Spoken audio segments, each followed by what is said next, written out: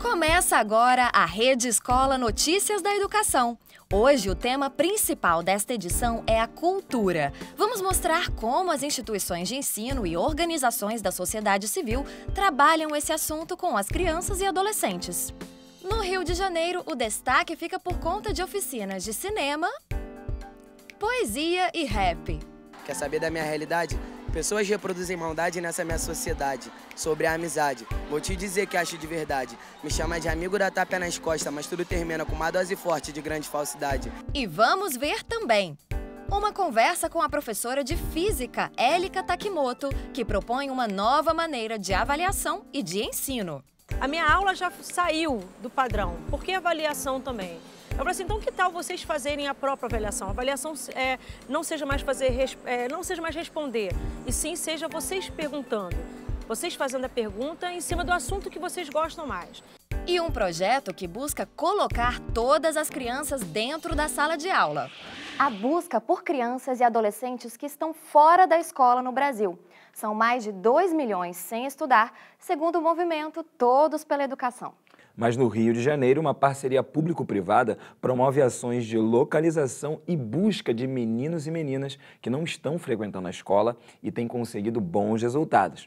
Vamos ver então como funciona o projeto Aluno Presente. O Brasil possui 2,5 milhões de adolescentes e crianças fora das escolas. A maioria dos que fazem parte dessa estatística são os mais vulneráveis. Mas além de políticas públicas que disponibilizem mais vagas nas instituições, é preciso entender aonde estão esses jovens que não voltam ou sequer um dia pisaram no chão de uma escola. Agentes comunitários que fazem parte do projeto Aluno Presente, de uma associação sem fins lucrativos em parceria com as Secretarias de Educação, Saúde e Desenvolvimento Social do Rio de Janeiro, percorrem regiões de risco social com perguntas que têm por objetivo esclarecer os motivos e evitar a fuga de estudantes da educação básica. Fazendo esse trabalho junto com eles, para quê? Na intenção de estar formando esses agentes para quando a gente sair, eles assumirem. A importância das crianças na escola é com relação aos cidadãos que a gente está formando para o mundo, né? Nadir é uma dessas agentes incessantes na busca ativa e chega a visitar 12 famílias por dia. A gente não tinha só a questão da criança estar fora da escola, a gente tinha a questão também da falta de documentação. A criança era muito vulnerável e nem documento tinha para poder conseguir a matrícula. Às vezes a família também não tem, nunca estudou e para ela, às vezes, o estudo não é a prioridade. E aí a gente tenta sensibilizar essa família. É um trabalho que precisa ser feito em parceria, porque a escola sozinha ela não consegue, né? A mãe também de estar parceira, de trazer as crianças, porque às vezes não adianta você só matricular, porque a gente tem criança que é matriculada e que depois a criança some. Então, precisa dessa parceria também do responsável, de trazer, de ver que é importante a criança estar na escola. Em 3 anos, o projeto já recuperou 20 mil estudantes para as escolas. É difícil, não foi nada fácil, né? Mas a gente conseguiu. Mesmo com toda a dificuldade, a gente conseguiu matrícula, já tem crianças assim... A gente conseguiu tinha criança até com falta de alimentos, né? As meninas conseguiram. A educação é tudo, né? Educação muda toda uma estrutura familiar, né? Sim, você vê que a criança está aprendendo, né? Você vê o sonho, você vê que a criança pode acreditar no futuro, né? Que tudo pode acontecer. Aprovada pelo Conselho Nacional de Educação, a Base Nacional Comum Curricular, a BNCC, já foi sancionada pela Presidência da República.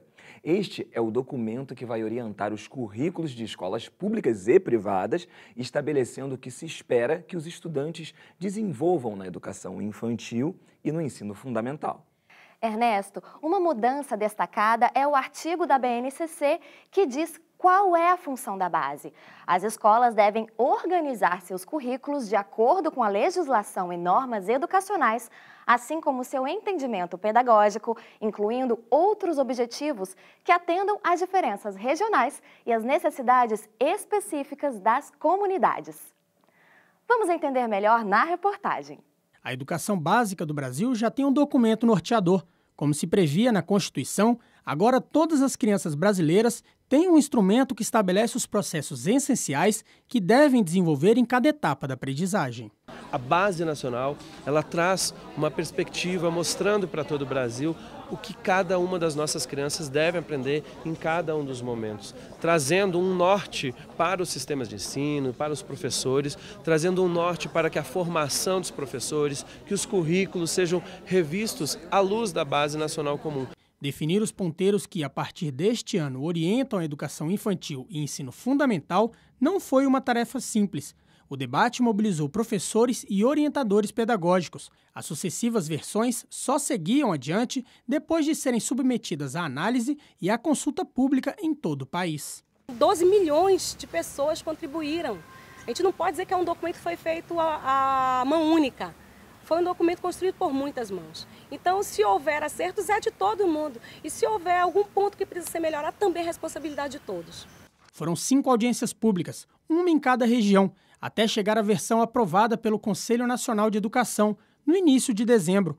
Homologada no dia 20, a Base Nacional Comum Curricular se transforma em parâmetro para a elaboração dos processos de aprendizagem em todas as escolas brasileiras, públicas e privadas. Que a base não é currículo, a base é uma referência nacional para adaptação e revisão dos currículos estaduais, municipais e das escolas.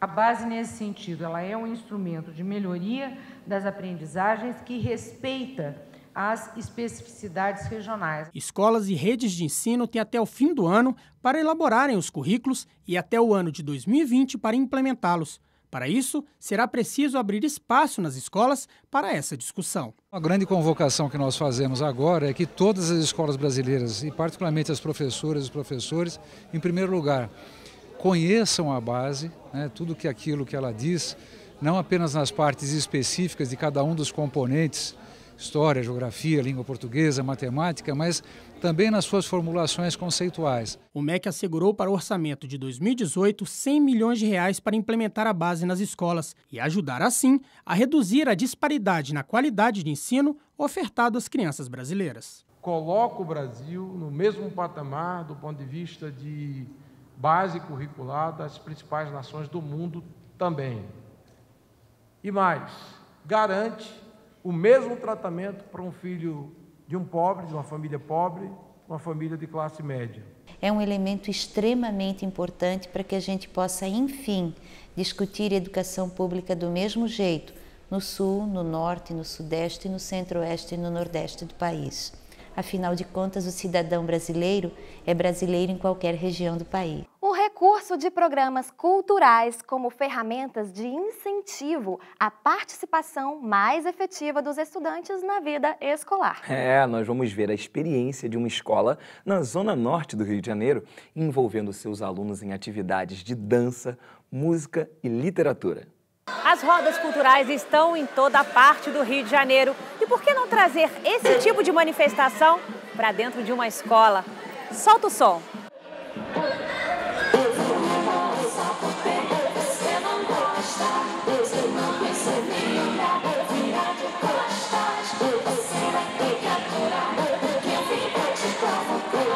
Essa coreografia foi elaborada pelo aluno Léo para participar da primeira roda cultural da Escola Municipal Monte Castelo, em Coelho Neto, Zona Norte do Rio.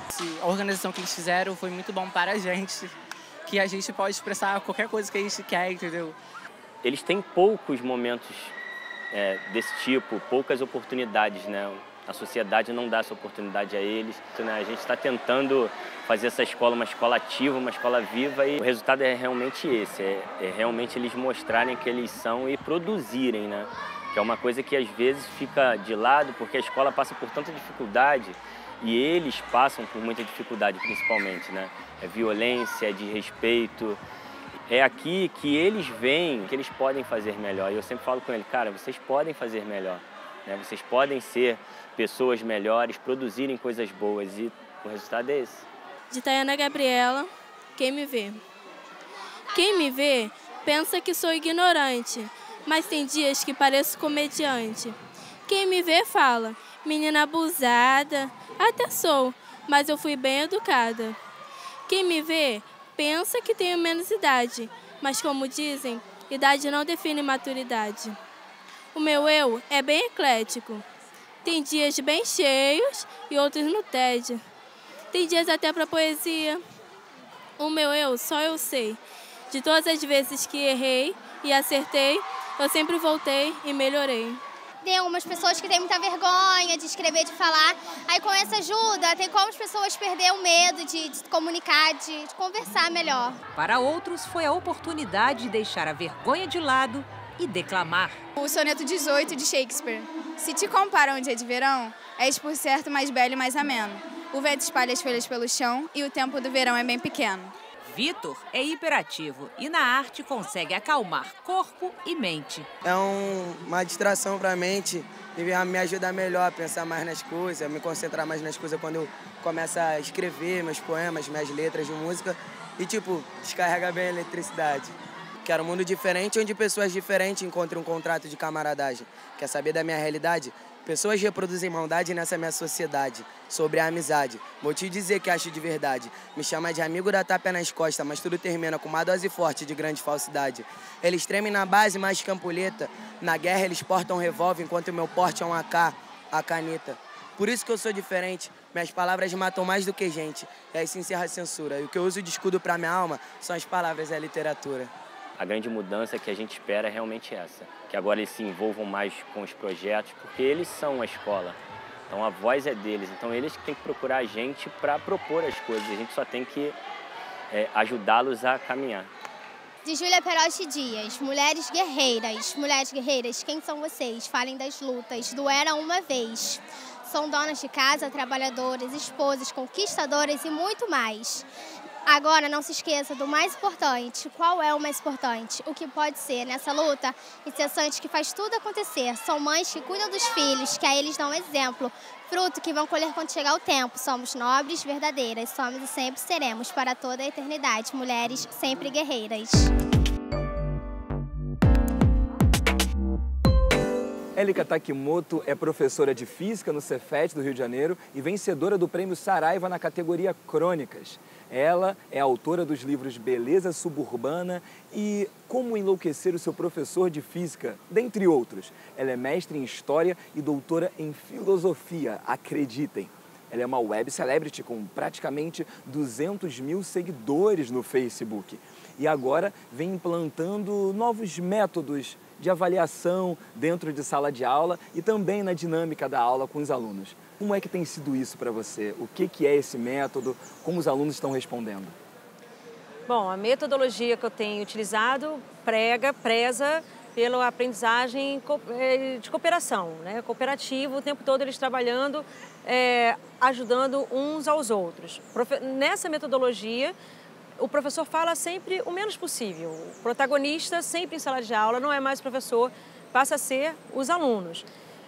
E o que isso acontece, consequência disso? É gerar novas habilidades nele, habilidades de inteligência interpessoal, o prazer em aprender, o prazer em ensinar. Parece que isso fixa mais também a matéria na cabeça deles, a coisa fica mais agradável para eles e resolve alguns problemas de diferenças, por exemplo, não existe mais a parte só individual. Eu estudo, eu entendi física, ok, entendi. Não, nessa metodologia não basta eu entender. você, que é meu colega, também tem que entender, porque o grupo todo só vai funcionar se todos entenderem muito bem.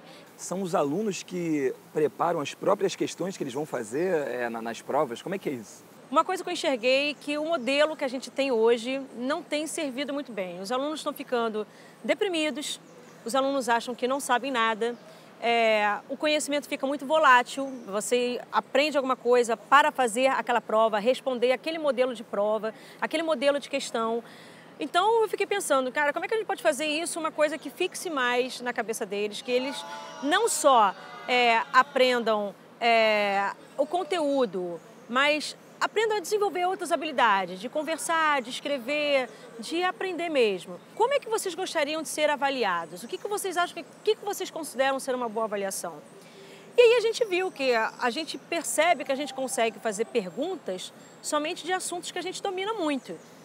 Responder não. Responder é mais fácil aprender. Agora, fazer uma pergunta boa só dominando muito o assunto.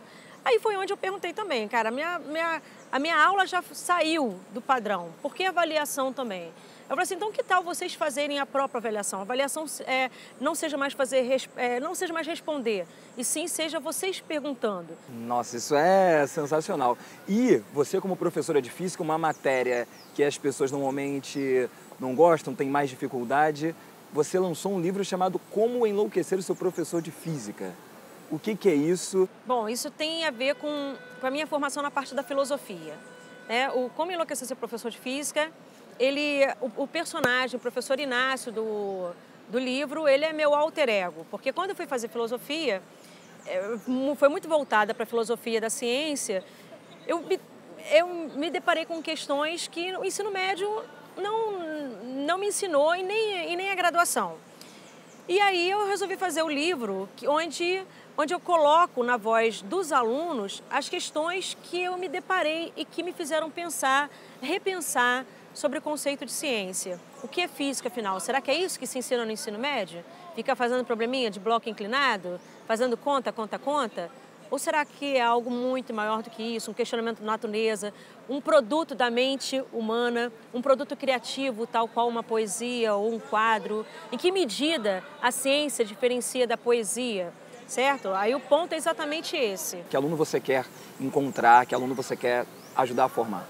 É um cidadão bem mais questionador, bem mais crítico e que não acredita em verdades absolutas.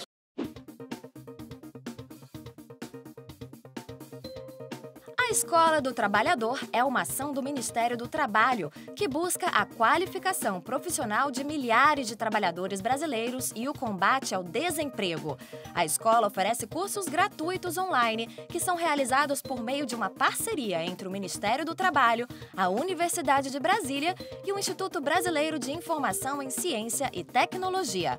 Para mais informações sobre os cursos oferecidos, acesse o site escola.trabalho.gov.br. O ensino integral é um dos grandes desafios da educação em nosso país. A meta é que metade das escolas públicas ofereça essa modalidade de ensino. Houve crescimento nessa oferta, mas ainda temos muito o que fazer. E uma das maneiras, Clarissa, de ampliar esses números é com parcerias entre a rede pública e organizações sociais. Então nós agora vamos conhecer um modelo que vem dando certo no Rio de Janeiro, que agrega à aprendizagem dos estudantes oficinas de audiovisual.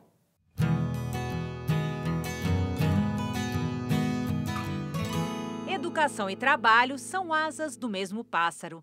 Essa frase do Darcy Ribeiro até parece que foi escrita para o projeto Cine Floresta Nossa, que acontece integrado a uma escola municipal do Alto da Boa Vista, no Rio de Janeiro. Aqui, os alunos estudam a manhã toda imersos no verde, em áreas que circundam a Floresta da Tijuca, patrimônio imaterial da humanidade. Durante as aulas, já podem começar a buscar inspiração para o segundo turno que vem pela frente. Uma tarde inteira dedicada ao audiovisual. Esse é um exemplo de parceria das escolas públicas com associações da sociedade civil para o ensino integral. Pensamos em criar um trabalho com algo que motivasse os meninos e as meninas a virem aqui, a participarem.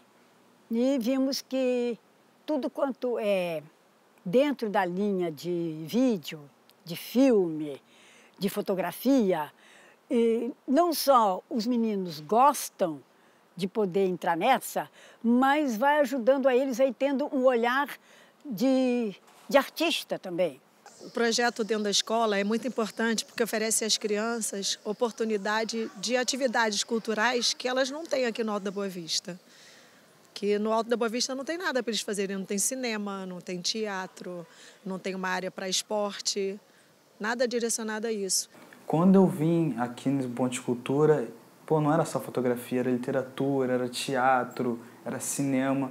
Aí, pouco a pouco, comecei a gostar cada vez mais do olhar cinematográfico. O projeto Cine Floresta Nossa tem uma programação dinâmica, com encontros, cineclubes, debates, mostras, saraus e oficinas.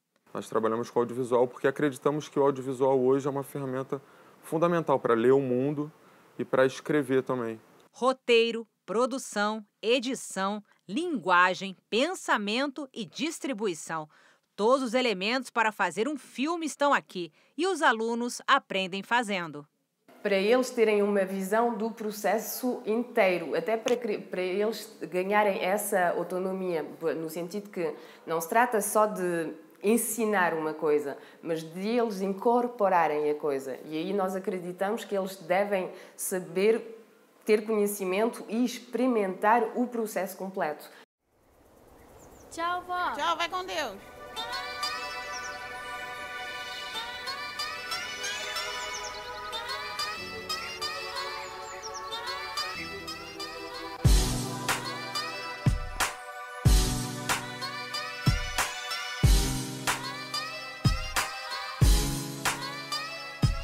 Perto de São Conrado, Tijuca e Taquara, os outros meu lar, a minha casa, jaca, paca, mata, lagarta, no alto da Boa Vista só tem coisa. Cara. Nesse meio todo do audiovisual, me descobri, hoje eu sou fotógrafa, né?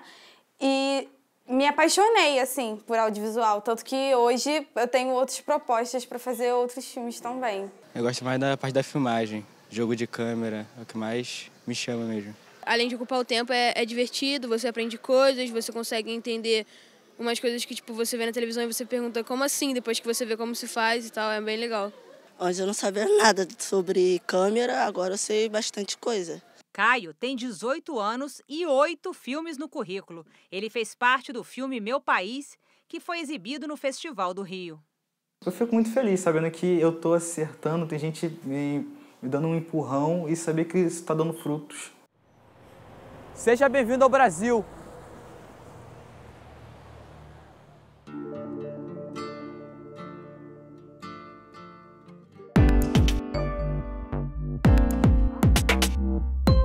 Nessas férias, assim, eu não devo viajar muito. Costumo viajar em janeiro, mas dessa vez eu não vou viajar, então vou aproveitar a cidade, aproveitar para ir a alguns museus, colocar a leitura em dia e já todo esse esquenta de carnaval, já estou na expectativa de fazer algumas coisas. Vou buscar o circuito de exposições na cidade e é uma coisa que eu costumo recomendar aos meus alunos, inclusive conhecer um pouco também essa atmosfera natural que a gente tem com as trilhas do Forte, passeios gratuitos. É descansar, me divertir, estudar é sempre bom, né? Curtir a cidade um pouquinho, passear, viajar. Eu vou aproveitar para fazer algumas leituras que estavam lá esperando, né? Pretendo visitar alguma cidade histórica, que eu gosto de fazer esse passeio. Pretendo então aproveitar para ler, o momento que a gente tem, né, para tentar buscar esses referenciais culturais, né, aproveitar a cidade também. Então assistir peça, procurar os centros culturais e ler bastante e descansar, principalmente descansar, né? E essa foi mais uma edição da nossa Rede Escola Notícias da Educação.